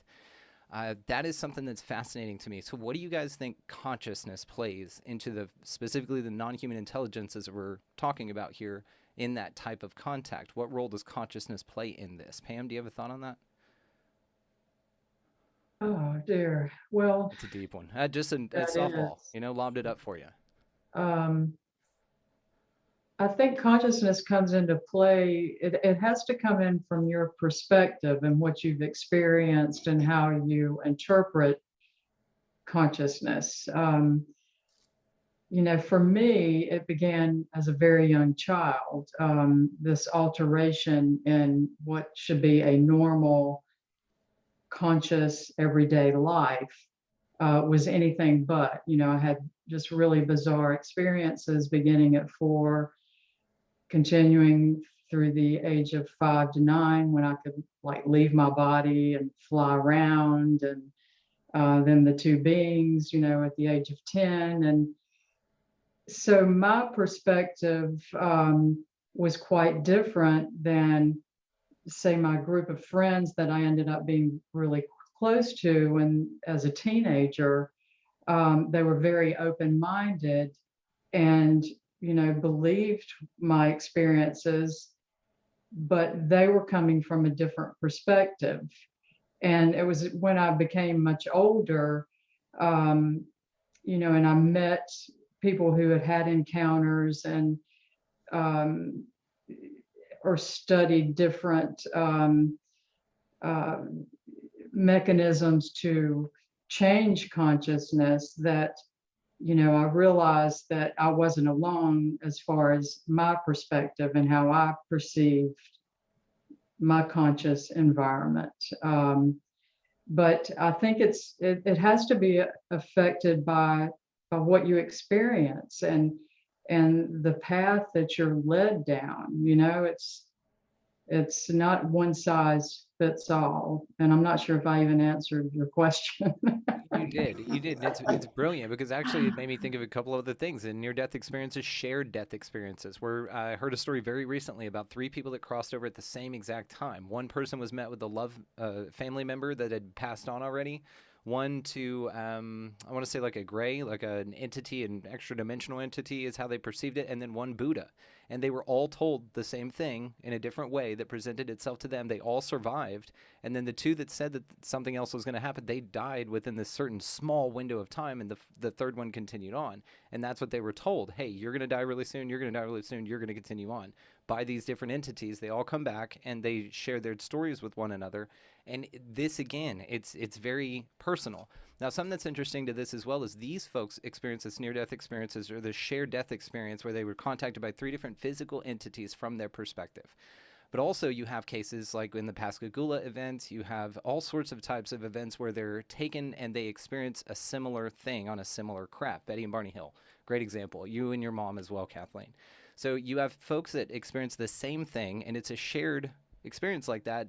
The same entities appear, and so this also runs a ripple in this thing. It's like they're one step ahead. It just, like Jim, like you said, man, it just makes you ask 1,000 million more questions. It's just never ending on this thing.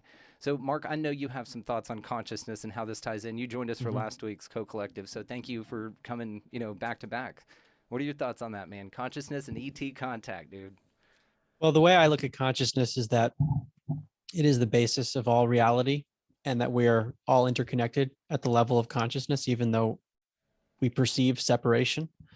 And to me, that would apply to all other life forms. So contact is with, in some ways, it's with ourself, but it's with a different form of an individuation, which to me lends credence to the idea that these beings care about what happens to us because we are them to some degree. So there would be an incentive. And in some cases, the incentive for benevolent beings is probably positive, and for more negative beings, they might have a different type of incentive. But the way in which we are orienting our consciousness, as I see it, on the planet and as individuals, is somehow relating to this overall contact phenomenon.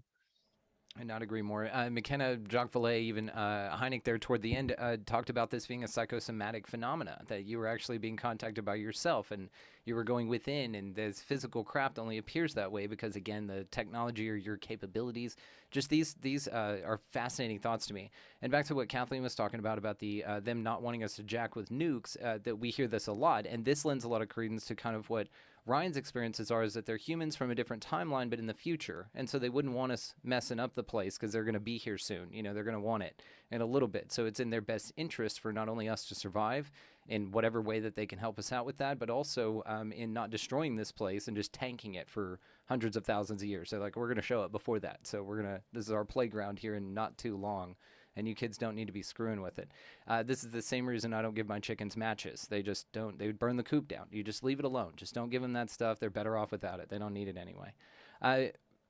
So to one of these things as well, I'm very curious about, Ryan, what is your perspective on this tie to consciousness? And if you don't mind, will you tell that story about your room?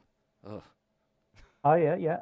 With the consciousness thing, well, I've always had a soft spot for idealism. You know, when you're talking about in philosophy, in metaphysics, idealism is the opposite really on the spectrum of materialism. Is all reality material? Is all reality an idea? Is it all consciousness as base reality? Yeah. And I've always had a soft spot for that kind of idea. And I think the Majjana have an understanding of the world that is something like that as well.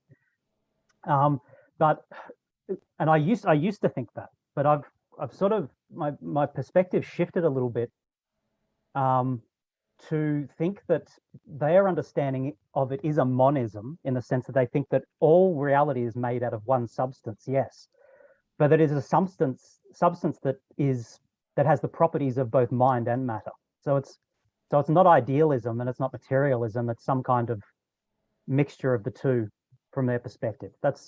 I'm fairly certain that's the way they see things. They don't have that distinction that we normally have between the two. And as for their technologies, they use technologies that interface with their consciousness, with their minds. They definitely do, yeah. And they wear helmets. These helmets, they're suits that you normally see these beings in, actually dark, with goggles that glow red at night, with a long nose piece that hangs down. Yeah, that's it. And a helmet. The nose piece is to resonate and amplify sounds, and they hoot and roar and make these sounds that can carry massive distances.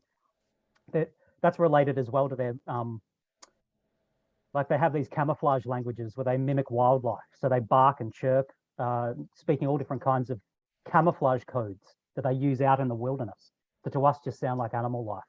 And sometimes they hoot and trumpet with these things. And then they have a breathing device.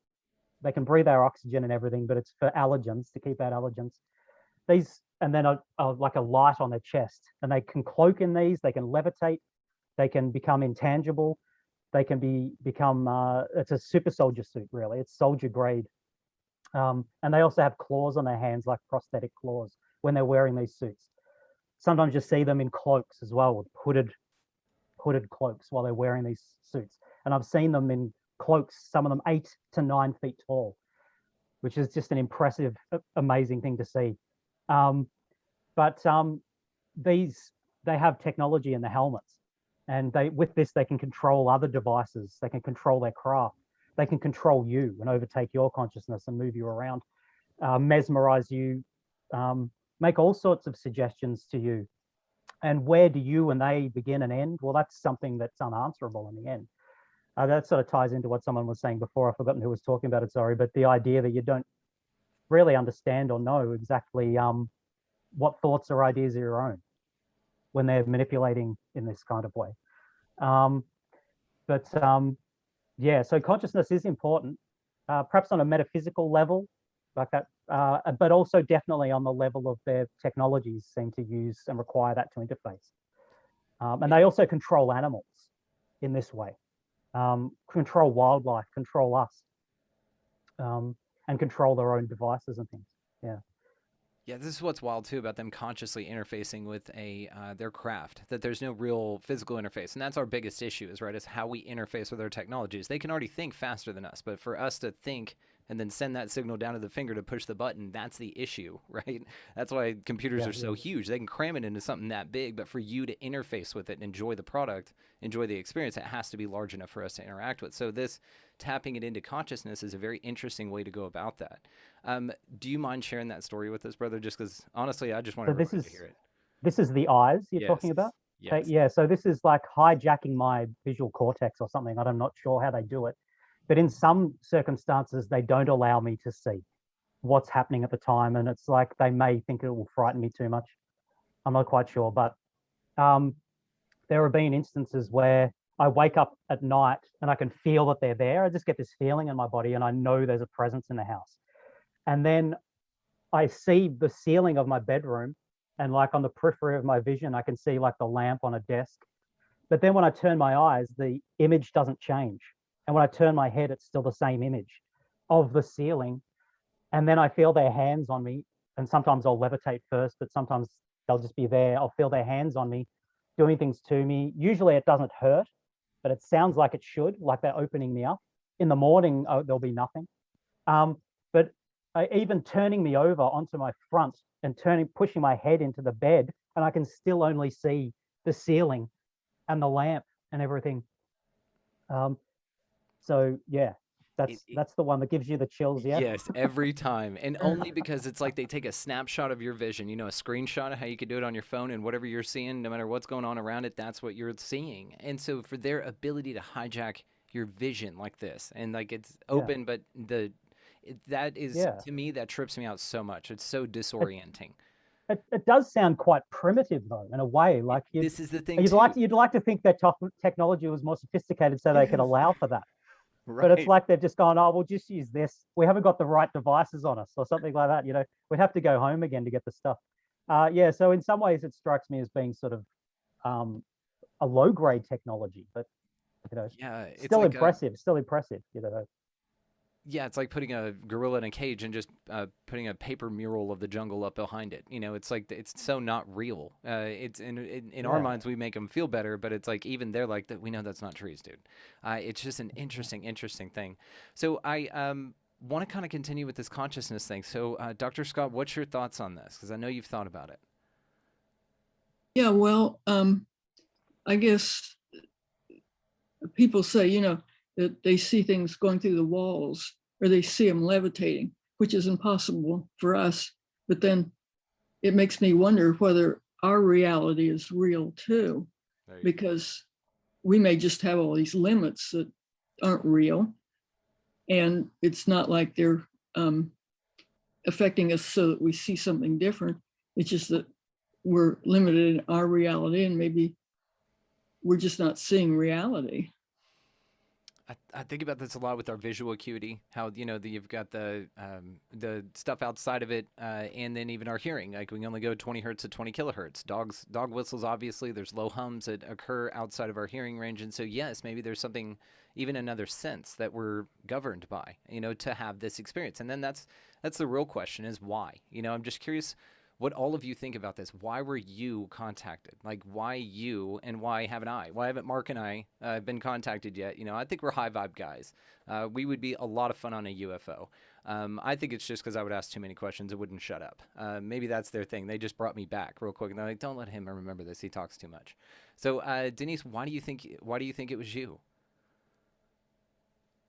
My personal opinion, I think that I signed up for this. I agreed, I signed a contract, I did something that brought it on so early in my life, and it's just going to continue. It was in my family. I don't know if they felt the same. I never asked them, but that's just my opinion, simple. I think I agreed to it. Pam, what do you think? Yeah, I have to agree with Denise. I think that I've lived many, many lives in pursuit of these types of things, like a better understanding of consciousness, and whether that be through medicine or religion. But I do feel a very strong connection to past lives, and having lived this type of life of being on a path of exploration and knowledge seeking. And I also think that, you can be born into bloodlines that are more conducive to having experiences. And for me, it comes through my maternal ancestry, which is Native American and Spanish Basque. I have a lot of women in the history of my family that were healers and root doctors, midwives, psychics, great grandmother, great aunts, my mom. So when I was having experiences as a child, I was not discouraged or made to feel that I was, something I shouldn't talk about. My mom listened to me and encouraged me. And so I think, I chose the family that I chose for that reason, to have that openness and being able to have the experiences that I had as a kid, and not feel, like I was crazy. And so I think you can choose these things, and whether it be for soul growth or in an effort to help others on our planet, as far as raising the consciousness and awareness of everyone here, that we could have a much better world. We're meant to have a better world. So that's kind of where I'm coming from. So interesting. And bloodlines, speaking of bloodlines, Kathleen, are you down that vein as well? That was a pun, by the way. Yes, apparently it was genetically carried in my family. And, I don't know how many generations it goes back. I was told that they have had contact with 5 generations. And in hypnosis, I recalled being on craft when I was 3 years old and having a great time with a little boy levitating a little disc, and having a gray and a girl who was a little bit older than I was looking on, and she was just delighted at what I was doing. Now, I don't know. I mean, I had no conscious recall of that. And everything else, I've had some conscious recall. So I can't say for certain that it actually did occur. It could have been confabulation, but it certainly seemed real. And so that if it did occur when I was 3 years old, then the reason might be that this was something that I agreed to in a previous lifetime. Yeah, that seems to be the consensus as well. It's a chosen experience. It's like a vampire. You got invited in. Dr. Scott, why do you think that you were contacted, even as a child? What do you think that's all about? Well, I think it's my sister too. Maybe she was a contact. Maybe I was the observer or something, for all I know. But I don't know. It makes your ego maybe feel good to think, oh, you were contacted. But on the other hand, what if the thing's the devil that's contacting you or something horrible? And so you don't want to be too egotistical about it in case you're interpreting things incorrectly. But I came from a real skeptical family where you weren't allowed to even talk about UFOs when we were kids, so we didn't. But I found out that other members of the family had experiences that they didn't talk about either when I grew up. But I just don't have any idea. It's interesting. And then even two seemingly disconnected people, Charlie Hickson and Calvin Parker, both experienced the same thing, both abducted. I mean, was this in their plan? And then they kind of lived lifetimes that brought them together at this specific point. You know, I mean, it all comes into question at that point, the synchronicities, the paths that we all take, even to be brought together. And maybe the fate, you know, this hand of synchronicity is really guided by some entities that are just outside of our visual acuity. And, That synchronicity was also with Pascagoula. Absolutely. Yeah. Do you mind going on with that? Well, there were two reasons. I mean, you asked me that before. My book is Beyond Pascagoula. But one reason I got into it was because Philip Manno wanted me to interview people and do research. But another thing is that when many, many, many years ago, my mother called me and said she heard a noise. And I was in Missouri and she was in Ohio, 600 miles away. And so I joked with her and told her she was insane. And she'd always said, if she shows signs of dementia, we should tell her. And so, you're crazy, go see the insane asylum and everything. But, and I didn't pay too much attention to it. Later, she said, she called and she was a real skeptic. And she said there was this big, huge flap going on. Everybody was seeing them. People were hiding in their houses and everything. And I didn't pay attention to that for years and years and years. But one day I walked in the library and just decided to look and see if I could find a date for when that sound happened. And I didn't expect to. There was billions of papers and I didn't even know the date, but I guessed, and I found it. And it turned out to be exactly the same time as the Pascagoula abduction. And so something happened to me the same time as that. But at that time, I didn't pay attention to the abduction. I paid attention to the sound. And a lot of my book is on the sound and not about the abduction because it was pretty interesting too. Well, and the way you were able to connect it, you found some phenomenal things, and it really is beyond Pascagoula. You've nailed it on this. So, and I'm excited to hear the next book as well. Philip told me that's coming out next year, so I'm excited for it. Jim, why do you think you were contacted, brother?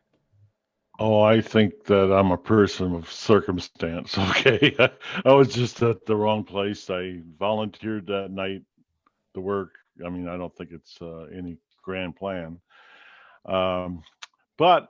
To go back to a couple of things, I do believe there's a connection with imprinted DNA from, I don't know, 10, 20, 30,000 years ago, whatever it might be.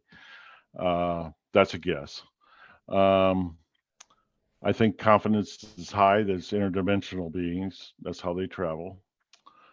I also think confidence is high that for some reason, nuclear power plants or nuclear weapons concerns them. I'm not sure why. And the other thing, from my communication, from my perspective, it's not about us. We have nothing to do with it. Okay. It's about them. Totally about them.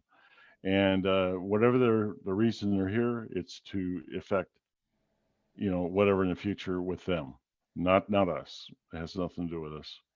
Yeah, and that's the terrifying thing about time travel, right? It's a self-fulfilling prophecy, because if they come back in time to alter us, then they have to constantly do that. Otherwise, we don't exist, they don't exist. It's like this weird time loop. Right, but it ties into a lot of things, even, as Ryan said. I mean,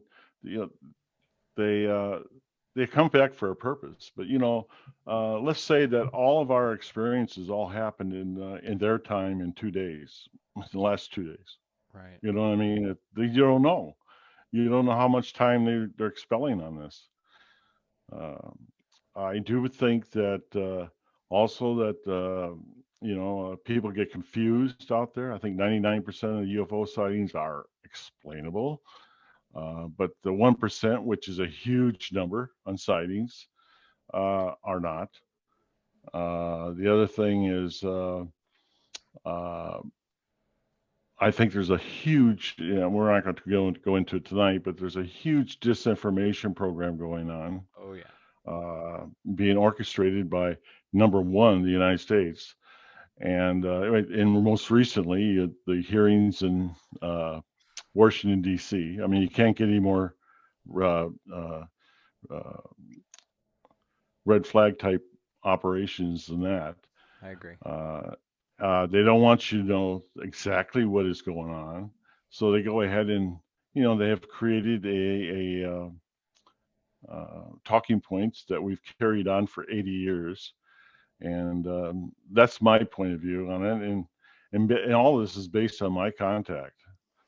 I think Lieutenant Commander Hoover once said, the biggest secrets about UFOs are not that they're aliens. It's that they're time travelers. Yeah.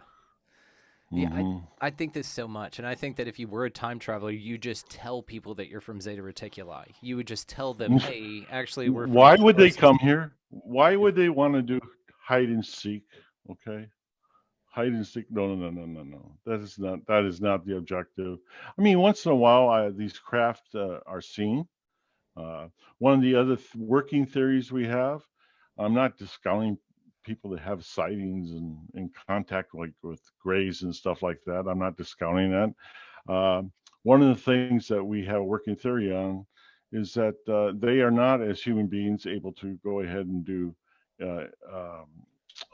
this type of travel. Okay, this interdimensional travel. It's just too harsh, corporeal on us. So they have created beings, robot type, humanoid type beings, maybe the Greys, who knows? And that is what are able to actually physically come back or interdimensionally travel in time. Or maybe other beings too, I don't know, that is our working theory on it. Just that the physics of it is just too harsh for human beings to do interdimensional travel. It's so I funny. know I wanted to get that out because there's so many points that were being made, and it all sort of ties in for me together. So No, it absolutely does. If we're going to do one of these on disclosure, I will absolutely invite you back for that. And I'm grateful that you brought that point up. Okay, so we're probably going to wrap it up here in just a little bit, guys. I just want to first of all say thank you to everybody for participating, everybody listening and watching. We've got some wonderful folks in the chat that are just blown away by you guys, and I knew that they would be.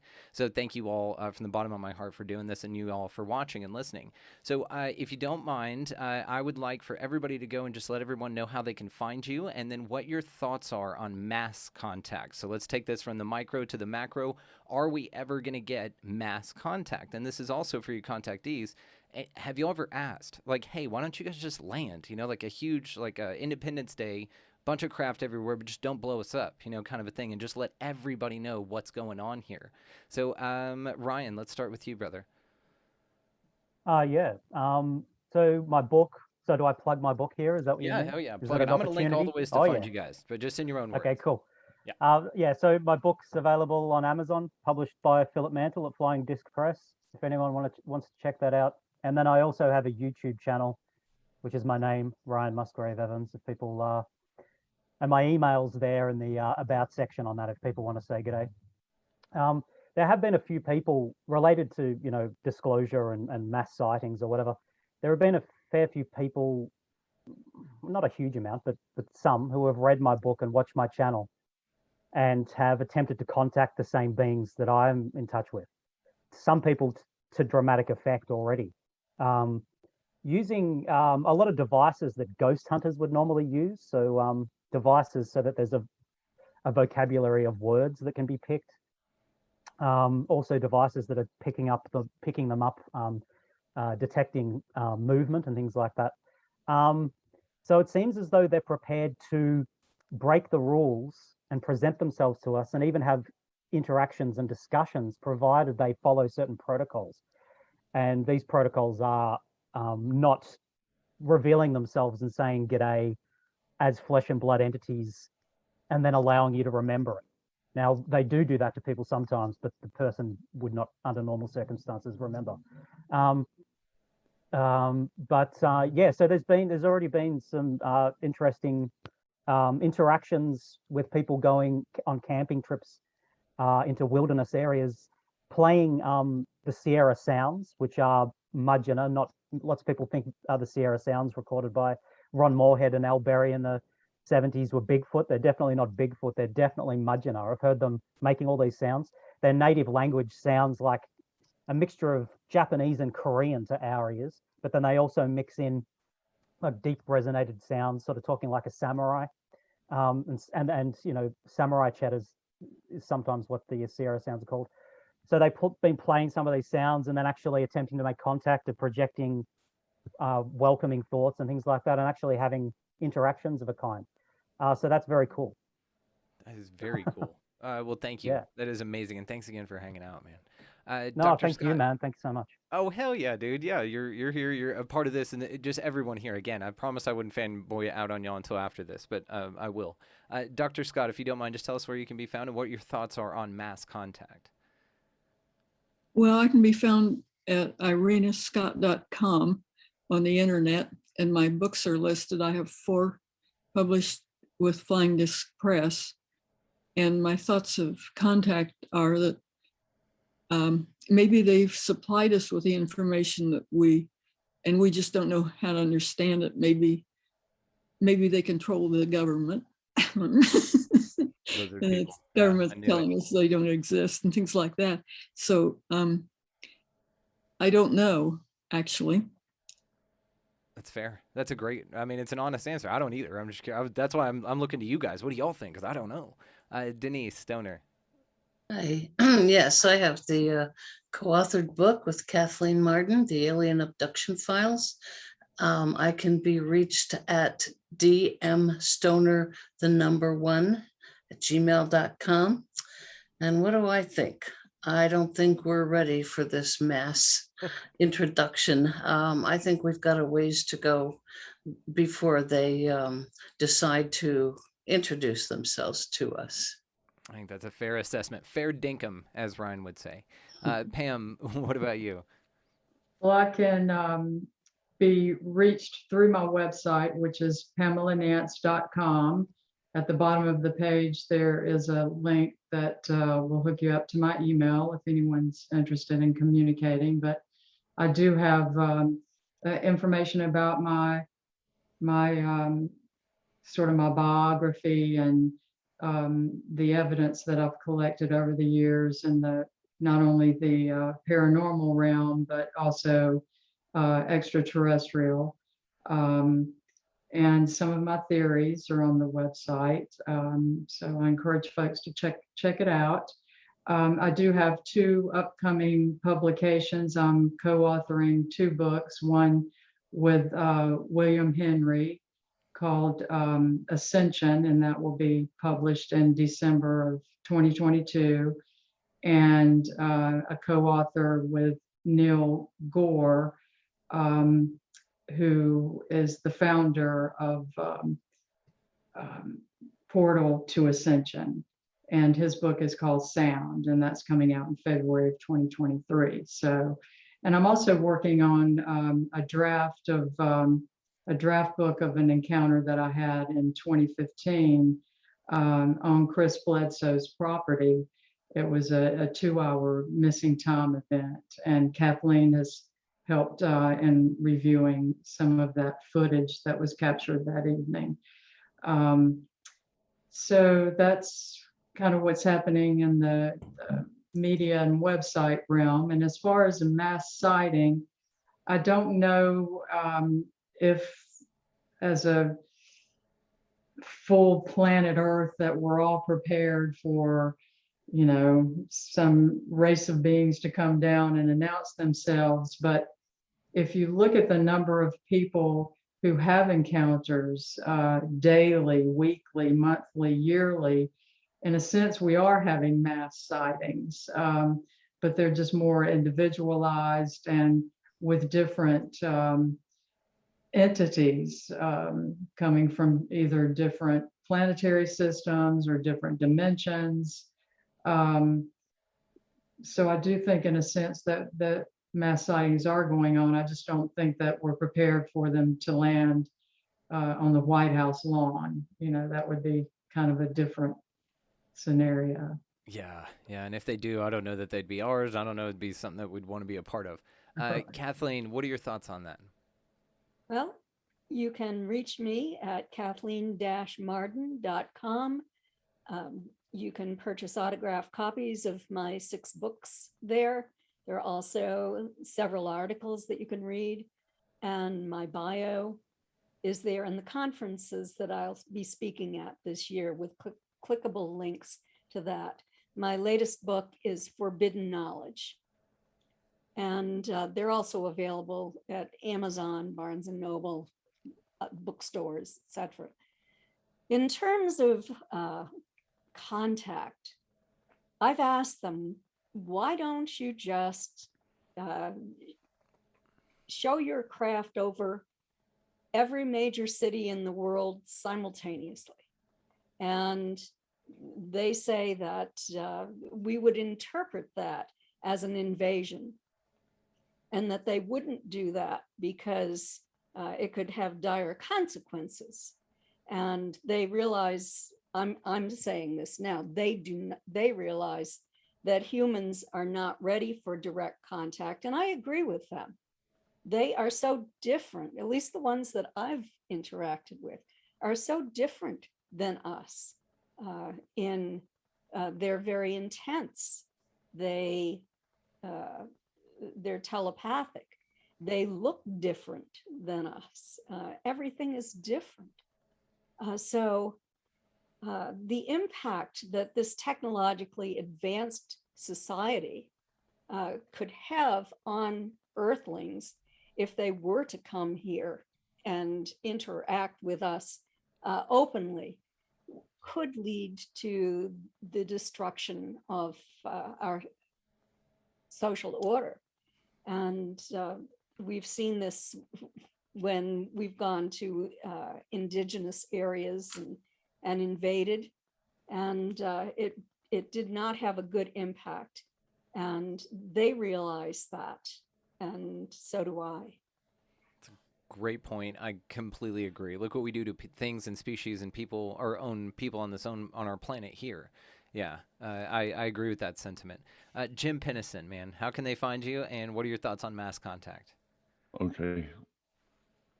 I got you unmuted, don't I? Yes, sir. Sorry. Okay.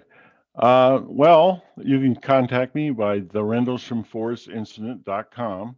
That's an interactive blog I have, and of course, on Facebook about Rendlesham Forest. I think it's important to know that book there. They say, 702 pages. 702. And of that 702, you'll find that each chapter has evidentiary endnotes that total more than 300 pages by themselves. So I figured everybody wanted to have the facts on that. Also, you'll have to pay for the book on Amazon.com, but you can get it free also on Amazon.com if you have like Prime or something like that. And I encourage somebody, to get it by, the ebook, and so at least so they can read it. That's the main point. Also, the other point is that all proceeds for that book go to charity. I've never collected anything on the Rendlesham Forest incident. I can't see making money on that, my encounter. So you can rest assured. I think this year I started out with St. Jude. I think in July it goes to Wounded Warrior. So keep that in mind when you're buying the book. Yeah. And it's a phenomenal comprehensive breakdown. It's a wonderful book, and thank you. Thank Mark you. Gober, my man. Oh, Jim, mass contact. What are your thoughts? My apologies, guys. Mass contact. Well, my site was my sighting was mass contact. I mean, we had 200 people. Does that constitute mass sighting? It definitely does. Okay. Thank you. Okay. Yes, sir. It was 200 people. So, Well and it was done. all people that could actually know what they're looking at. Right. I mean, they know it wasn't, a Russian aircraft or a satellite or some stuff like that. We also included it goes in the book in a lot of detail, but there was that I know, there was 60 civilians on top of all that, so it's a huge mass sighting that took place. And then if it wasn't good enough, it came back 2 days later. Yeah. So Okay. just in case. Okay, just in case. But I don't think you're gonna have a mass sighting like in Washington D.C. I tell you what, you're never gonna see anything like that. I think the best. I don't even think you're gonna see this disclosure. Okay, that's not gonna happen. Yeah. People can wish for it, they can think about it. It's not going to happen for many of the reasons that like even Marlene or what's it, Kathleen was talking about. We're not prepared for, I guess, what it really is. I guess is a phenomena or what we think it is. So, and I think the other part is that government's so they're so separated on stuff like the Navy, the Air Force, everything else, all these little entities. They don't know what the left hand don't know what the right hand's doing. And I think that, and they have a ingenious, we talked about this at another show, but they have an ingenious way of making it non-accessible through Freedom of Information Acts and stuff like that. It's just brilliant how they do it. So, and those there are the facts. Absolutely. And you were in the service, and thank you again for your service, man. I have a high reverence for folks that choose to do that. So thank you. I really enjoyed it. Okay. I did. I always enjoy doing things for people. Well, we're grateful. And you get an incredible story out of it as well. So thank you. And it is fascinating. And we will go down that rabbit hole on the next one for okay. Sure, brother. Later. Thank you so much. Thanks. Yeah. Mark Gober, man, cap us off, buddy. Tell us where we can find you and talk to us about mass contact. What do you think? Sure. Well, Brandon, thanks again for having me back. Thank you. For those interested in learning more, you can see my website, markgober.com, markgober.com. And my 3 books are currently available on Amazon. The 4th one will be out later this month, June 2022, called An End to Upside Down Contact: UFOs, Aliens, and Spirits, and Why Their Ongoing Interaction with Human Civilization Matters. And also my podcast is called Where Is My Mind, on many of the topics of consciousness that we talked about tonight. In terms of mass contact, I don't really know, but I think there have been some examples historically, depending on what people believe about those, the case reports, but like Fatima, Portugal in 1917, thousands of people apparently witnessed things. Different people saw different things, but that was a pretty big mass sighting. The Phoenix Lights is another example that comes to mind. So in some regard, we've had maybe mini mass sightings, but my view, just as an opinion, is that there is a process of evolution of consciousness that starts with each individual, and maybe contact will be in that manner as well. It's sort of a grassroots process where it starts with us. And as we each individually evolve, maybe we will see more contact broadly. Could not agree more. I cannot thank you all for joining me on this. This has been a tremendous conversation. We could go on and on for this, but that's another thing. I'm going to be linking all of the ways these folks can contact y'all, reach out, further research your research, and get to know you guys a little bit better and get as excited about all of you as I am. So thanks again to everybody out there watching and listening, and thank you all my panelists. If you want to hang out afterwards for a little bit in the after party, we can do that, but I'm going to stop the live. I'm going to leave you guys with this final thing. Think about this week, guys. Until next time, you could be in a screen memory right now on a UFO and you wouldn't even know it. Thank you all so much for listening. We appreciate it, guys.